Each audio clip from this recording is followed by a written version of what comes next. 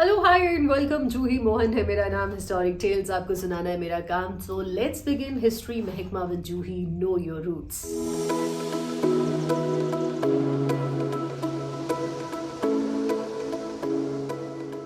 और इस वीक में बर्थ एनिवर्सरी थी एक बहुत ही स्पेशल हीरो की, रियल लाइफ हीरो की, मेजर सोमनाथ शर्मा जी। और उन्हीं के बारे में बात करने के लिए आज मैंने शो पर इनवाइट किया है। इनफैक्ट मैंने और मेरी को होस्ट डॉक्टर मृणालिनी अत्रे जी ने हमने इनवाइट किया है मिस्टर राजेश शर्मा जी को, who's a retired IAS officer. लेकिन जो उनकी नॉलेज है और उनका जो patriotic enthusiasm hai for personalities like this. That's the reason that he's a part of this History Mahakma this week. So let's begin. So Rajesh ji, welcome to History Mahakma with Juhi. तो हम आज major Somnath Sharma जी के बारे में बात करने वाले हैं। एंड आपकी जो नॉलेज है about the history, the prominent figures, I think that goes way beyond your area of job and everything.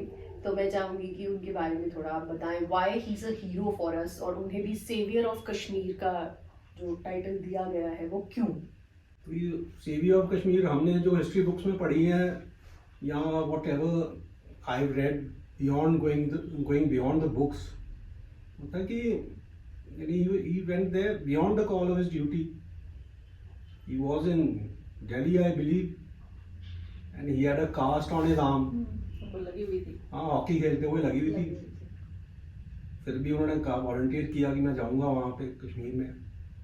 Saviour इसलिए बने कि he save the airport which is the current airport Budgam. थोड़ा सा मैं चाहूंगी कि बैटल ऑफ बडगाम का, खैर आपने जिक्र कर ही दिया, बडगाम का नाम ले ही लिया, तो मैं चाहूंगी कि थोड़ा सा हम कॉन्टेक्स्ट भी बताएं कि व्हाई ही बिकम्स इम्पोर्टेंट, उस वक्त के क्या हालात थे, ये किस कॉन्टेक्स्ट में बात हो रही है।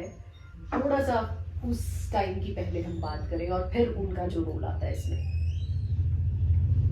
सभी जानते हैं कि 47 में इंडिया इंडिपेंडेंट हुआ था, but JNK had not acceded to either of the dominions, India और Pakistan. Now Pakistan had its eyes on Kashmir, and JNK rightly so, and India rightly so believed that Kashmir, JNK belongs to India.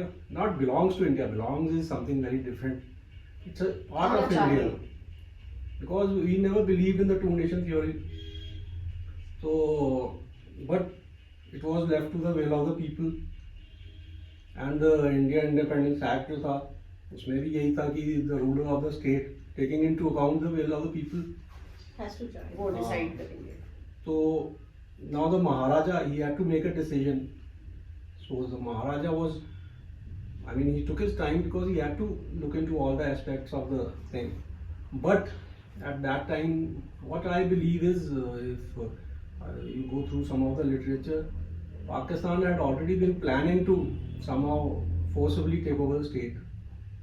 So I believe the disturbances started in Poonch district around in September, or almost immediately after independence. They were mobilizing, and we weren't sleeping, but we were waiting for the decision of the Maharaja. Finally, when the decision came, there was already a full-fledged invasion of the state, and they were already at the outskirts of Srinagar, which was the capital. Decision पहले आ गया था या invasion होने के बाद महाराजा ने decide किया कि ओके मैं इंडिया के साथ जाऊंगा? नहीं, देखो, महाराजा का डिसीजन जो था, लोग कहते हैं कि it was forced by the events, कि इन्वेजन हो गया, ये हो गया, क्योंकि लोग ये कहते हैं कि वो इंडिपेंडेंट रहना चाहते थे। देखो, इंडिपेंडेंट का प्रोविजन था नहीं। Either he had to decide going between Jammu, इधर पाकिस्तान और between India or between Pakistan. So, but maybe thoughts थे कि he would be an independent and a sort of buffer state between the two dominions, between the two countries. So, but जब pressure mount होने लग गया उस तरफ से, he realized that the existence of the state would always be at the mercy of either of the two powers. So he had to make a decision. And that decision was also when he saw that the support for India, which was in the people of Kashmir and in Jammu, so he naturally made a decision. Whatever we say today, at that time, Kashmiris, they were 100% in favor of India. Otherwise, the so-called raiders wouldn't be ransacking Baramulla. They had some affinity between the two communities, between the two, you can say, groups, Kashmiris and the raiders. Raiders, they weren't raiders, they were regular Pakistani soldiers dressed as raiders. But that was a separate army which Pakistan was raising for this purpose. Pakistan was already, they had involved the various tribal groups, they had involved their own regulars. They sent their officers on leave, and then those officers came to guide these groups. The communication network was being run by Pakistan, and it was, like I said, it was started almost in September of 1947. Things came to a pass around October, end of October 1947, but things had started almost 2 months before that. It was by luck or whatever you can mention over here that Major O.S. Kalkat, he was brigade major of the Bannu Brigade in Pakistan, and he had not been repatriated to India yet. A top secret message was sent from the Pakistan General Headquarters, and which was read by Major Kalkat, where he saw that there was an invasion being planned. And then when he realized that there's an invasion being planned, he had to send that message to Delhi. But that message couldn't be sent, and his family and they were in danger. Because the Pakistanis realized that this fellow has got to know whatever the secret. But fortunately, there were some Jawans over there who had served under him during the Second World War, and they aided his escape to India. And it was very sad that they were hanged by the Pakistanis later on.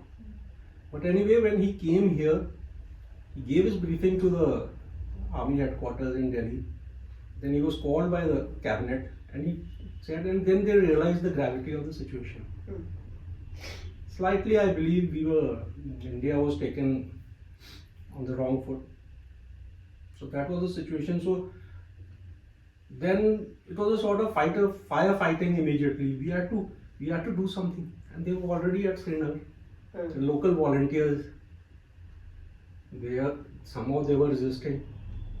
Maqbool Wani, I believe, Death of a Hero by Mulkraj Anand, you read that book. There were local volunteers who were, because at that time they were trying to stop them. और कश्मीरी जो है उस वक्त उनको realization थी कि हमारा culture will be literally washed away by these people. And they realized that their existence. क्योंकि उन्होंने भी तो मतलब जैसे बारामूला का आपने जिक्र किया, तो वो लोग इतना लूटपाट कर रहे थे, रेप्स कर रहे थे विमेन को, तो ऑब्वियसली nuns की, just imagine, यानी होली लोग, यानी कौन सोच सकता है वो उसमें, और उनको वो लालच दिया गया. हाँ. और उनको पता नहीं वो गाड़ियाँ मैं कहीं पे पढ़ रही थी. एनीवेज खैर वो एक अलग टॉपिक है अपने आप में. तो अब ये सिचुएशन है जो इन्वेजन जो हुआ था 1947 का, अब इसमें रोल आता है मेजर सोमनाथ शर्मा जी का. तो उससे पहले कैसे हीरो बनते हैं? उनसे पहले जो हीरो थे, and the first you can say brigadier Rajendra Singh ji. Brigadier Rajendra Singh ji, he tried to stop them at Uri, but it was a last stand because of fewer numbers, because of betrayals. I think ये कुछ 100-150 थे, और जो इनकी दो टुकड़ियां थी उनका भी आपस में कम्युनिकेशन भी ब्रेक हो गया था, और वो हजारों में थे. और इनमें कुछ सोल्जर्स थे जिनकी अफिनिटी उस तरफ हो गई.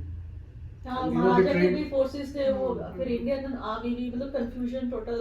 नहीं, महाराजा के फोर्सेस में वो जो कुछ सोल्जर्स थे जिन्होंने अपना लॉयल्टी शिफ्ट कर दी और जिनके ऊपर ये डिपेंड थे, ठीक है ना.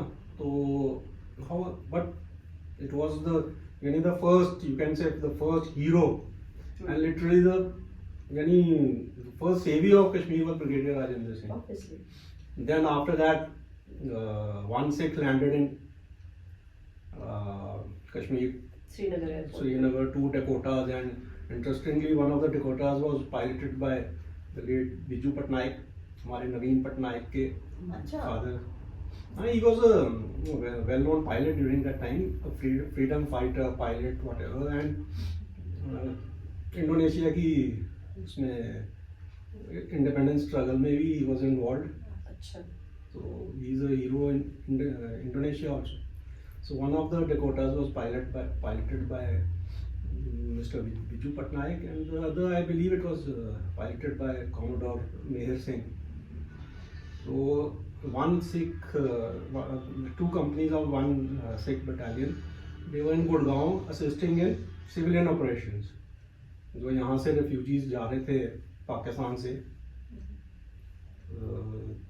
उनको assist, उनको कर रहे थे, and they were immediately told to, यानी overnight they were told to pack up and move to Kashmir, not even acclimatized, not even having the clothing, not even, हाँ, और वो भी उस जमाने में जब इंडिया नया नया आजाद हुआ है, कुछ सोर्सेज भी नहीं है. हाँ, बड़ी इंटरेस्टिंग है, and just imagine the chaos and and और यहाँ पे भी एक्सीड कर रहा है, ऊपर से डिवीजन है, पाकिस्तान इंडिया के डिवीजन है, उधर से जम्मू एंड कश्मीर एक्सीड कर रहा है, यहाँ पे भी कंफ्यूजन. आर्मी प्रॉपर्ली डिवाइड नहीं हुई है. आर्मी के ऑफिसर्स जो हैं वो ब्रिटिश हैं, वो ब्रिटिश ऑफिसर्स कह रहे हैं कि हमने फाइट नहीं करना आपस में. 2 डोमिनियन, क्वीन के अंडर या किंग के अंडर जो 2 डोमिनियन, उनको कैसे हम फाइट करवाएं आपस में. इतनी कंफ्यूजन थी. इसके बावजूद it was the ground level officers, the junior officers. तो one Sikh was commanded by Lieutenant Colonel Dewan Ranjit Rai. They landed in Kashmir, they secured the airport, they secured Srinagar. They moved on towards Baramulla, and Lieutenant Colonel Rai fell at Patan.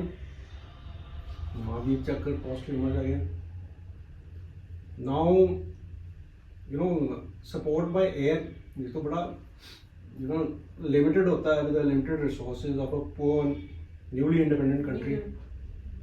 Anyway, forces were moving, and Major Somnath Sharma, he comes in over here. इनका 4 कमाऊं था, इनका unit. They were moved to Srinagar, the battalion. का जो अच्छा, नहीं, मैं पढ़ रही थी इनकी बटालियन का नाम डी कंपनी था. That's a company. Battalion is around 1200-1300 जवान होते हैं, उसमें 4 कंपनी होती हैं, अच्छा. कंपनी होती है. नहीं, मतलब मैंने पढ़ा ना डी कंपनी, तो वो एकदम रिलेट कर दिया मूवी के साथ. मैंने कहा वो डी कंपनी, नहीं, वो ABCD होता है ना. सो कोई 150 जवान के आसपास, एक कंपनी में कोई 100-150 जवान होते हैं ना, तो it's usually headed by a captain or a major. तो अब ये this company was this battalion, it moved to the outskirts of Srinagar. वहाँ पे उन्होंने सिक्योर किया एरिया वगैरह, और ये बडगाम पूरी बटालियन गई थी. वहाँ पे इन्होंने देखा सारी पूरी शांति है, everything is okay वगैरह. They reported back and they were told to move back because maybe they might be needed somewhere else. And one company was told to remain over there. That company was led by Major Somnath. So, but those raiders had already infiltrated the area, and they were lying low. So when he was there at night, I believe they attacked. They started firing. And he was heavily outnumbered. The one important thing is that it was Srinagar Airport. Srinagar Airport Budgam district में पड़ता है ना, तो Srinagar airport पे था. And if the airport was taken, then Kashmir was gone.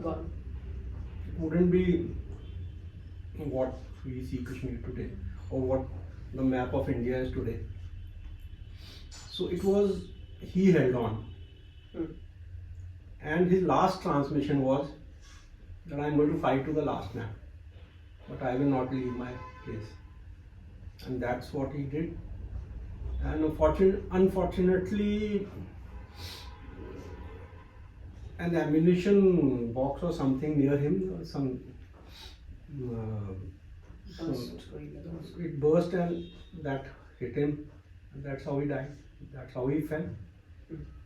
So at the young age of 23, and his younger brother is still fighting fit today also. And it's surprising, Jumi, मतलब at 24 you are handling and you are trying to save a whole airport. मतलब everything is on your honors. आपके ऊपर senior officer नहीं है कोई आपको command करने वाला, और वो मीन्स ऑफ कम्युनिकेशन भी आज के तरीके के नहीं थे. एट दैट टाइम इंडिपेंडेंटली आपने पूरा एयरपोर्ट को आई फील कि ये तो मतलब जो डिफेंस वाले लोग होते हैं उनके ट्रेनिंग का ही एक पार्ट होता है, बट स्टिल यू नो उस चीज को एग्जीक्यूट करना उस हिसाब से, और ऐसा एग्जीक्यूट करना कि आप पहले परमवीर चक्र रिसिपिएंट बनते हैं, दो अनफॉर्चुनेटली पॉस्ट्यूमसली, बट आप पीवीसी बनते हैं, ये कोई छोटी चीज नहीं है. तो ऐसा क्या एक्स्ट्रा ऑर्डिनरी था उस बैटल में और इनका रोल उसमें कि इन्हें पीवीसी के लिए चुना गया, वो भी पहला पीवीसी. देखो पीवीसी किस लिए दिया जाता है? Exceptional It's bravery. the most outstanding. You read the description. It's the most outstanding, conspicuous act of gallantry before the enemy. उसमें ये है, उसमें हम अपने साथियों को मोटिवेट करना, डिसीजन मेकिंग करना, अपनी जान को खतरे में डालना, ये सब कुछ इन्वॉल्व होता है. उसके बाद अगर उस चीज से आप उठते हो ऊपर, तो तभी आप जो नेशन जो है रिकग्नाइज करता है कि इन्होंने इतना एक्स्ट्रा ऑर्डिनरी किया कि ही deserves a Paramvir Chakra. And he became the first Paramvir Chakra, unfortunately पोस्ट्यूमस. 26 जनवरी 1950 को उनको अनाउंस हुआ उनको, और उनकी फैमिली को दिया गया. तो that was his short story which will always remain. हम सब मिट जाएंगे, but it will always remain. He'll always remain young, and it will always remain in the annals of Indian history. और कहते हैं कि जो परमवीर चक्र को डिजाइन किया है वो भी इनकी भाभी के मदर इन लॉ ने किया हुआ है, हाँ. ब्रदर के मदर इन लॉ ने किया हुआ है. हाँ. मतलब इट्स द सेम फैमिली. जो परमवीर चक्र है, ये जो लेफ्टिनेंट जनरल एस.एन. शर्मा इनके छोटे भाई, वो उनसे 1 साल छोटे हैं और अभी भी फाइटिंग फिट हैं, जैसे मैं कह रहा था. इज अ पैराट्रूपर, एंड अभी लास्ट उन्होंने मेरे ख्याल में 90 साल की उन्होंने पैराशूट जंप किया था, and he was engineer in chief of the Indian army. तो उनकी वाइफ की मदर मेरे ख्याल में, I think it's his wife's mother, she design Paramvir Chakra. उनका वो शी वाज इवॉन, वो इंडियन नेशनल है? नहीं, she was a Swiss national. आगे कुछ इवॉन ली मरॉय ऐसे कुछ नाम था, बट शी वाज सो, यानी हिंदुइज्म में इतनी ज्यादा थी कि शी केम टू इंडिया और हिंदुइज्म में लीन हो गई, अपना नाम चेंज किया. She married an Indian army officer, and जब गवर्नमेंट ऑफ इंडिया ने ये डिसाइड किया कि गैलेंट्री अवार्ड जो हैं उनको, जो विक्टोरिया क्रॉस वगैरह उनसे हट के अब इंडियन अवार्ड्स होने चाहिए. बड़ा अजीब सा सिचुएशन हो जाना था कि 1950 में इंडिया रिपब्लिक बना, अभी पाकिस्तान अभी भी डोमिनेंट था, यानी जिन्ना साहब तो है गवर्नर जनरल थे, तो मगर हेड ऑफ स्टेट तो इंग्लैंड का बादशाह था. तो पता चला कि उधर ही विक्टोरिया क्रॉस दिए जा रहे हैं, विक्टोरिया क्रॉस दिए जा रहे हैं. तो we have to have something you know which reflects our. वैसे भी मुझे लगता है कि वो क्या दे रहे हैं, इट शुड नॉट मैटर.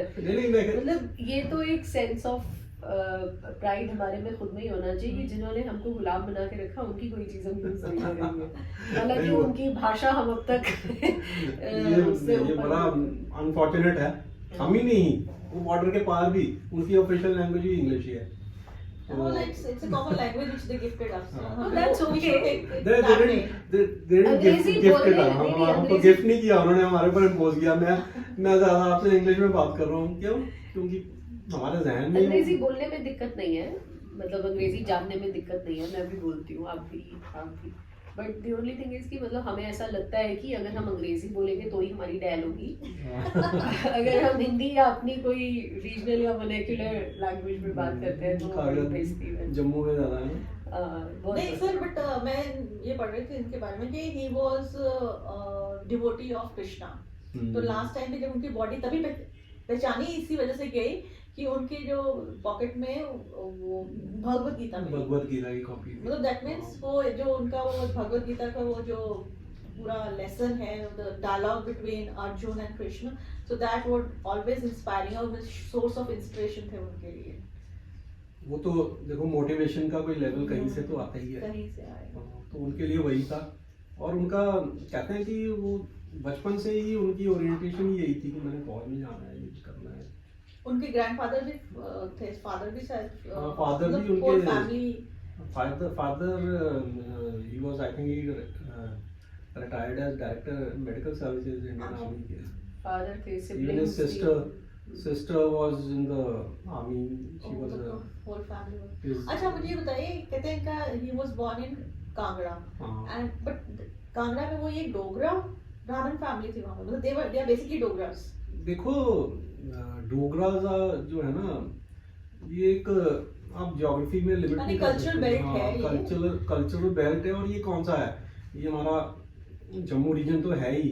अब वेरी सैडली आजकल जब हम डोगराज को डिफाइन करते हैं, हम जम्मू, सुरेंद्र और मानसर के बीच में डिवाइड करते हैं। और बट डोगराज कहाँ से फैले हैं, मैंने जब मैं यूनिवर्सिटी में था तो पुरानी अंग्रेज़ों की किताब मुझे मिल गई, मेरे हाथ लगी। तो मैंने उसमें the martial races of India, that was the name of the book I believe. और वैसे मार्शल रेसेस भी बड़ा कंट्रोवर्शियल सा कंसेप्ट है, मानते ही नहीं है उसको। तो उसमें मैंने उठाया, मैंने डोगराज देखते हैं तो डोगराज का लिखा हुआ था the people residing between the Chenab and the Sutlej, so Sutlej. And फिर मैंने थोड़ा और उसके बारे में जानने की, मैंने काफ़ी रिसर्च करने की कोशिश की, मुझे ज़्यादा डाटा मिला नहीं है, मुझे ज़्यादा इंफॉर्मेशन नहीं मिली। बट मैं इस कंक्लूजन में पढ़ा कि डोगराज जो है एसेंशली जो डोगरी या एफिलिएटेड लैंग्वेज स्पीकिंग लोग हैं ना, वो हैं। वो कहाँ बोली जाती है, Shakargarh tehsil of Gurdaspur district, then Pathankot tehsil of Gurdaspur district, Kangra district, Chamba Jammu region, ये अखनूर और अप टू राजौरी, ठीक है ना। तो ये essentially these are Dogra people. But हम डोगरे भी अब ऐसे बन गए हैं जैसे अब क्या बोलूँ, ऑटोमन एम्पायर के बाद जब वो डिवीजन हुई ना, वो जो सीरिया, इराक, इराक बना, तो एक कौम जो है, एक बड़ी डिस्टिंक्ट आइडेंटिफाइड एक कौम जो है वो डिवाइड हो गए। बेचारे आज तक वो लड़ रहे हैं। वो कौन है, ये कुर्द, जो कर्ड। हम भी वैसे ही हैं। कुछ हमारे लोग हिमाचल में हैं, वो अब कहते हैं कि हम हिमाचली हैं नेचुरली। अब हम जिस पॉलिटिकल एंटिटी में आप होंगे, आप उसके हिस्सा बन जाओगे। जो पंजाब में पठानकोट में आप जो पुराने बुजुर्ग लोग हैं वो डोगरी बोलते हैं, जो आजकल के हैं वो ठेठ पंजाबी बोलते हैं। वही वो जो पंजाब में बोली जाती है पंजाबी, वैसी बोलते हैं। इधर जो है हम ही रह गए हैं। शकरगढ़ में तो खैर वो तो चेंज ही हो गया, सारा कुछ सिस्टम ही चेंज हो गया। तो ये कांगड़ा के थे, धर्मशाला के आसपास के, पता नहीं कौन से एक गांव है, वहाँ के रहने वाले थे इनकी family. But they are Dogras and they consider them also Dogra. General V N. Sharma ने किसी एक इंटरव्यू में कहा था, general V N. Sharma was his youngest brother who was the chief of the army staff. तो उन्होंने शायद बोला था कि डोगरा ब्राह्मण। तो एनीवे आज की डेट में हमको डोगरा देखने के बजाय इंडियंस देखना चाहिए, वी आर इंडियंस। वो तो that's true. I think what matters is कि जम्मू कश्मीर के लिए उन्होंने जो किया, so that means he becomes a hero for us, no matter कि वो डोगरा है या कुछ और है। And we remain indebted to him, Yes, of course. बचा है। और भी है, मतलब वैसे तो मैं तो ये मानती हूँ कि हर एक सोल्जर की हाँ, कंट्रीब्यूशन है। इक्वली इम्पोर्टेंट होती है, लेकिन कुछ लीडर्स जो हाँ, होते हैं उनके यानी नाम, अगर- जो लीड करते हैं, अगर वो जो लास्ट स्टैंड था, जैसे ब्रिगेडियर राजेंद्र सिंह जी हैं या मेजर सोमनाथ जी थे, या और ब्रिगेडियर साहब के साथ भी एक दो लोग जो और थे मैं कह रहा हूँ, वही मैं कह रहा हूँ, जो लास्ट स्टैंड इनका ही नहीं था, जी इनके सब साथियों का था लास्ट बिल्कुल स्टैंड। बिल्कुल ठीक है ना, इनका यानी लास्ट स्टैंड इनके सारे साथियों का था, यानी it was not only his bravery, it was collective bravery. थोड़ा सा क्या हम उस बैटल को डिफाइन कर सकते हैं वो नहीं, उससे पहले मैं वो बात करूंगा, वो जो परमवीर चक्र के जी। बारे में हम बात कर रहे थे जी कि फिर एट दैट टाइम हम बात कर रहे थे, गवर्नमेंट ऑफ इंडिया ने एक आर्मी को बोला कि आप खुद डिजाइन करवाओ ये अवार्ड्स। तो जो इनको सावित्री बाई खंडोलकर, हाँ।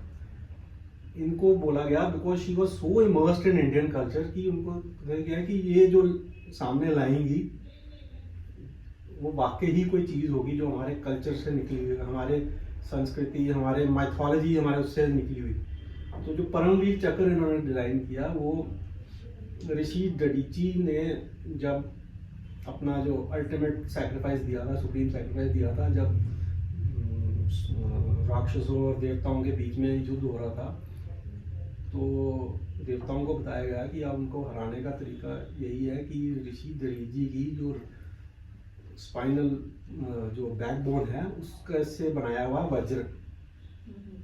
तो ये इंद्र गए दधीची के पास, तो उन्होंने अपने आप को ऑफर कर दिया, ठीक है।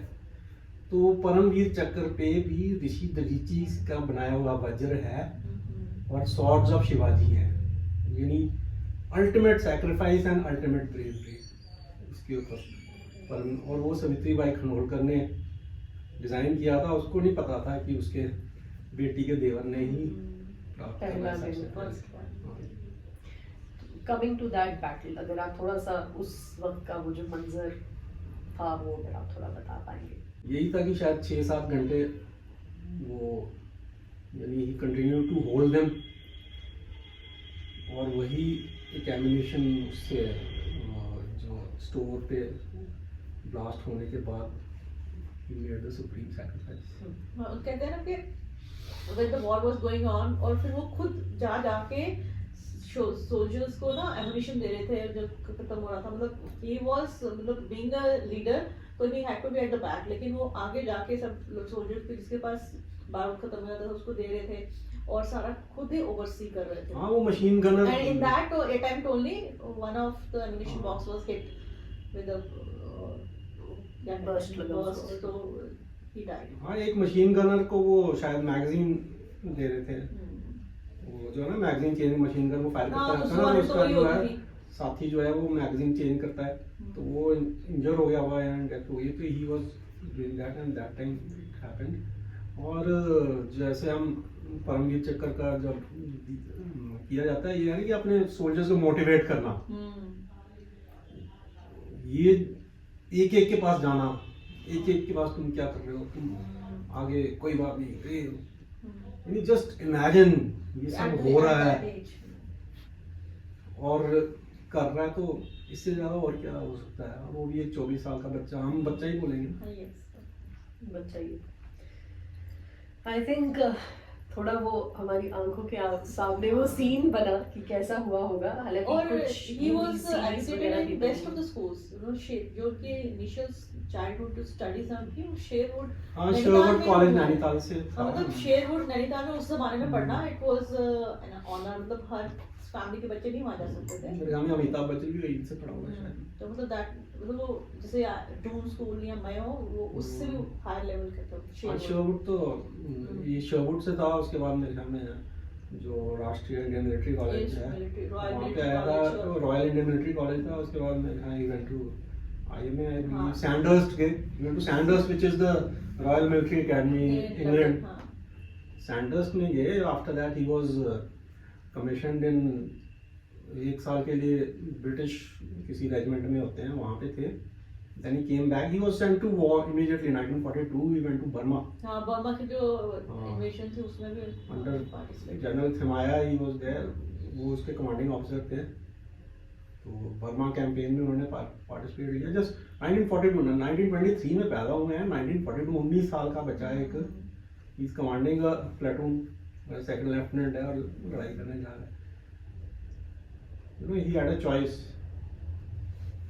he took what he thought was the best. Of course. बचपन से ही उनके हमारी फैमिली भी बहुत ऐसे यानी हम पेट्रियाटिक स्पिरिट से ही पैदा किया गया और मेजर सोमनाथ शर्मा तो हमारे हीरो थे बचपन से ही. Definitely.